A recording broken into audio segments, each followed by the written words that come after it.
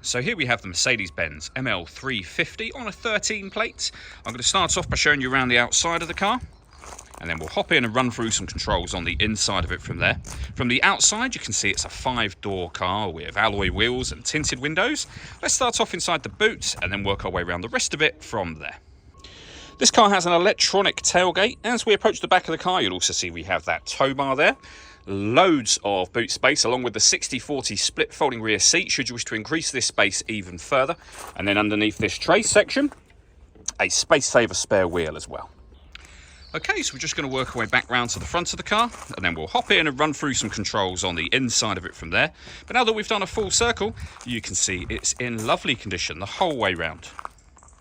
Just briefly before we climb in, I think it's well worth seeing the interior from this exterior point of view. There's plenty to run through on the dashboard, so let's hop in and we'll do that right now.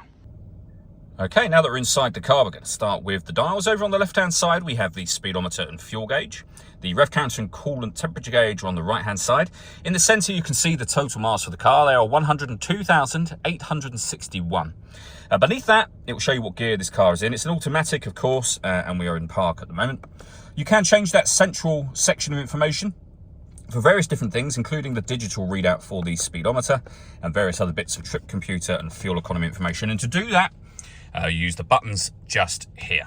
Over on the right-hand side of the steering wheel, we have stereo and phone controls. Underneath the steering wheel, we have our speed limiter, and we have the electronic adjustment for the steering column itself, so you can raise and lower it using that section there. Over to the right-hand side of the steering wheel, we have adjustments for the electronic driver seat. We have the same for the passenger side. Again, on the passenger side and on the driver's side, 3 different memory settings as well, and deadlocks to lock and unlock the car doors from the outside. And then over in the center, we have the main stereo and the screen directly above it. So we're on the audio menu at the moment. You can make adjustments to your radio settings, as you can see just there. We've also got satellite navigation along the top just here as well. Really nice clear color display, very, very easy system to use. All of the movement I'm making on the screen, it's all being done, or primarily being done, using this dial just here. You can use the buttons on here. So for example, if you want to go back to your radio menu, you can do. If you want to listen to your own music, you can do from there. Your satellite navigation, telephone, so you can set that up as well. We have the main volume for the stereo and the CD player, as you can see just there. This car also has a full color reversing camera with guidelines that show you what direction the car is headed in relation to the image being shown on the screen. Just underneath this stereo section, we have our heated driver's seat with 3 different heat settings, and the same for the passenger side over there. We have our traction control, we can turn on and off, hazard warning lights, and you can put the car in eco mode or turn eco mode off if you wish to. Below that, we then have dual zone climate control, so you can adjust the passenger and driver temperature. You can increase and decrease the fan speed. You can determine what direction you'd like the air to be distributed in.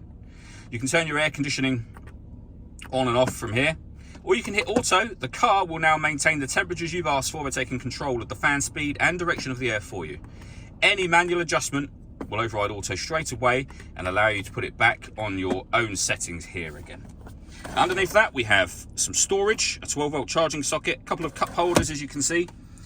Settings for if you're going to take the vehicle off-road. You can change suspension height, for example, from here. You've got your downhill brake control.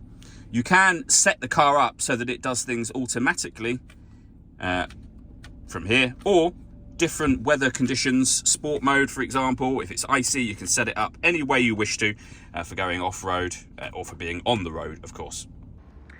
All that leaves me to say is thank you for taking the time to watch this video. If you'd like to come see the car in person and have a test drive, please feel free to give us a call here at Surrey Specialist Cars. We'd love to hear from you soon.